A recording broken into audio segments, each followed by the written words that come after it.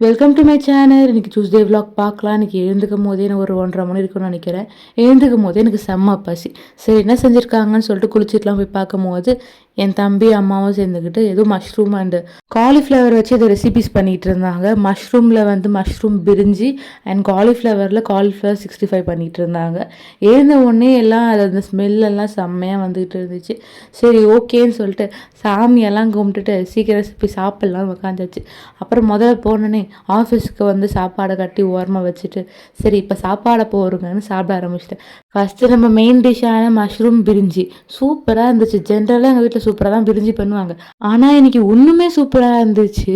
அந்த பிரிஞ்சியில் இருந்த மஷ்ரூம் எல்லாமே ரொம்ப குழஞ்சும் போகலை, வேகாமல் இல்லை. சூப்பராக ஒரு கரெக்டான பக்குவத்தில் வெந்திருந்துச்சு.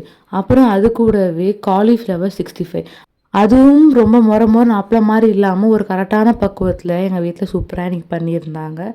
அப்புறம் அந்த கூடவே இன்னொரு சைட் டிஷ்ஷாக வெங்காய பச்சடி, அது கூட கொஞ்சம் குட்டி குட்டி மிளகாசும் ஆட் பண்ணனால அது காரமாகவும் இருந்துச்சு, ஒரு மாதிரி சில்லுன்னு இருந்துச்சு. அப்புறம் அது கூட இன்னொரு சைட் டிஷ் எங்களுக்கு அப்பளம். பிகாஸ் அது எனக்கு ஏதோ இன்றைக்கி சாப்பிடணும்னு தோணுச்சு. அதனால் எங்கள் அம்மாவை கேட்டேன், பொறிச்சு தந்தாங்க. அது எல்லாத்தையும் வச்சுக்கிட்டு பொறுமையாக டிவி பார்த்து கூத்து கும்பல்லாம் பார்த்துக்கிட்டு சாப்பிட்டு முடிச்சுட்டு ஆஃபீஸுக்கு கிளம்பிட்டேன்.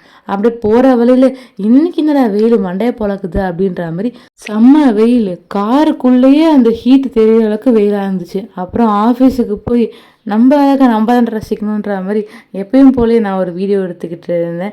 அப்போ என் ஃப்ரெண்ட்ஸ் யாரும் என் கூட இல்லை, இருந்திருந்தாங்கன்னா வந்து கூட நின்றுருப்பாங்க. நான் சும்மா தனியாக போனேன். சரி அப்படியே வீடியோ எடுத்துப்போன்னு எடுத்தேன். எனக்கு எப்போவுமே ஜிமிக்கி கம்பல்ஸ் மேலே தனி லவ். அது ஏன்னு எனக்கும் தெரியாது. எனக்கு ஜிமிக்கி கம்பல்ஸ்னாவே எப்போவுமே ரொம்ப பிடிக்கும். அப்புறம் இங்கே அடுத்து ஒரு கிளிப்பை பார்த்துட்டு வந்துடுங்க. ஆன் பண்ணிட்டீங்களா? ஆன் பண்ணுறா பார்த்துக்கோங்க. இருக்குமா ஷீஸ் பச்சையம்மா ஏன் சொல்லுங்க. அது ஏன்னு தெரிஞ்சால் நீங்கள் எல்லாரும் கமெண்ட் பண்ணுங்கள். இந்த வீடியோ நெக்ஸ்ட் வரப்போகிற வீடியோ நானும் என் ஃப்ரெண்டும் அது ஒரு குட்டி சேலஞ்ச் பண்ணோம். அதை நெக்ஸ்ட் நான் அப்லோட் பண்ணுறேன். அப்படியே ஆஃபீஸ் முடிஞ்சுன்னு நானும் வீட்டுக்கு போயிட்டேன். அந்த நேரம் பார்த்து எனக்கு மேகி சாப்பிடணுன்ற ஒரு கிரேவிங்ஸ் வந்துச்சு. வீட்டில் தோசை மாவு இருந்தாலும் எனக்கு திடீர்னு இன்றைக்கி மேகி சாப்பிட்ணுன்னு தோணுனால நான் மேகி சாப்பிட்டா என்ன பண்ணுவேன், நான் வியர்டாக மீன் மேக்கர் போட்டு தான் சாப்பிடுவேன்.